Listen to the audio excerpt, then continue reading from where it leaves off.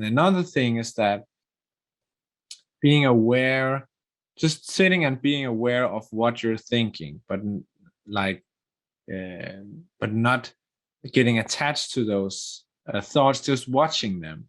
I think it can be really interesting. You kind of get to know yourself. And that's really important, I think, like to see, not to say that your thoughts are yourself, but they're a part of what's going on inside of you, but you realize that exactly that your thoughts are not coming from you, they're just coming, like you are not the one creating them. It's just a constant stream of things coming up in your mind, and it's affected by all of these weird things in your subconscious that you don't really have access to, but it kind of gives you an idea of what is going on in your subconscious. And I think that is the most interesting thing for me, that has helped me a lot in learning more about myself and how I work, and what drives me. For example, this thing of making a podcast or doing YouTube videos or writing a blog post or sharing something on Instagram, that's something I've found out that's very distinctly me. Like I've always done that. When I was little, I actually have it right up here somewhere. I wrote a diary from when I was very young. But the funny thing about my diary was that it was written for an audience. It was never like my private stuff. I wrote about my thoughts for other people to read them. And the first time I got my hands on a video camera was when my parents got one. And the first thing I did was point that camera at my face and start talking about stuff that I thought about.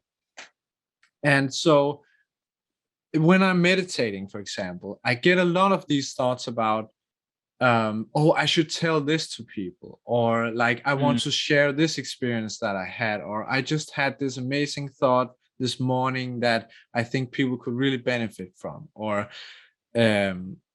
stuff like that. And I just realized that is how my mind works. It's constantly thinking about what I can share with people.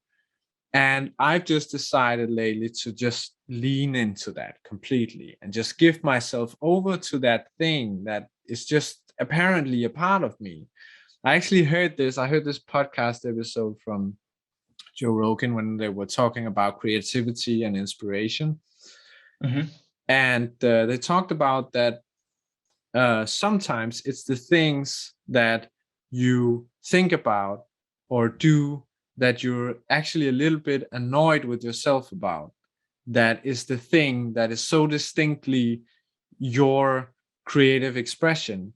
And it just hit me like, shit, that's me. I have a lot of times where I share something that might be just on like my private Facebook account.